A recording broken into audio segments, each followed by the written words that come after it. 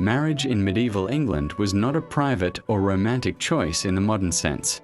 It was practical, visible, and deeply tied to survival.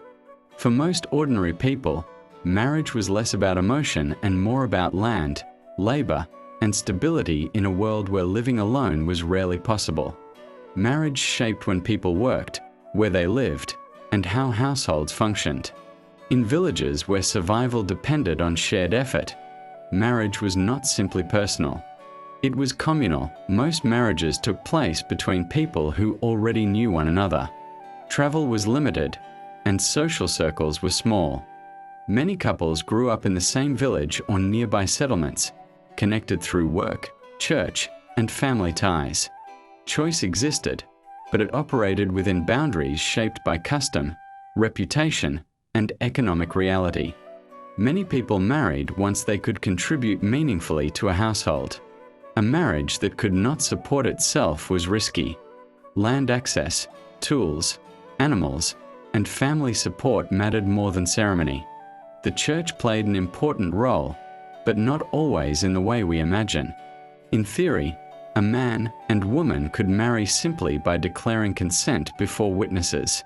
In practice, families strongly influenced matches, because marriage affected land, labor, and inheritance. Consent existed, but it rarely operated in isolation. Marriage created obligation. Husbands and wives worked together, not in strictly separate spheres, but in shared routines. Fields, animals, food preparation, childcare, and seasonal labor were household responsibilities. Survival depended on cooperation, not rigid roles. Women brought vital skills into marriage: managing food stores, caring for animals, producing cloth, and maintaining the household. Men brought labor, protection, and access to land or wages. These roles overlapped constantly. Marriage was a working partnership more than a romantic union. Privacy was limited. Most households were small, crowded, and shared with children, relatives, or servants. Marriage unfolded in public spaces, shaped by routine rather than intimacy.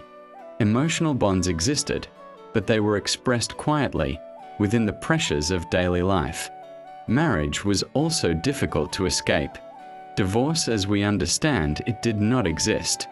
Annulments were rare and required specific legal grounds. Separation was possible, but it carried social and economic risk, especially for women. Marriage was intended to last, not because it was always happy, but because stability mattered more than choice. Widowhood was common. Illness, injury, and childbirth shortened lives. Widows and widowers often remarried quickly, not out of romance, but necessity. A household without enough working adults struggled to survive. Marriage in medieval England was not about celebration or idealized love. It was about endurance. It joined people into units strong enough to work land, raise children, and withstand loss.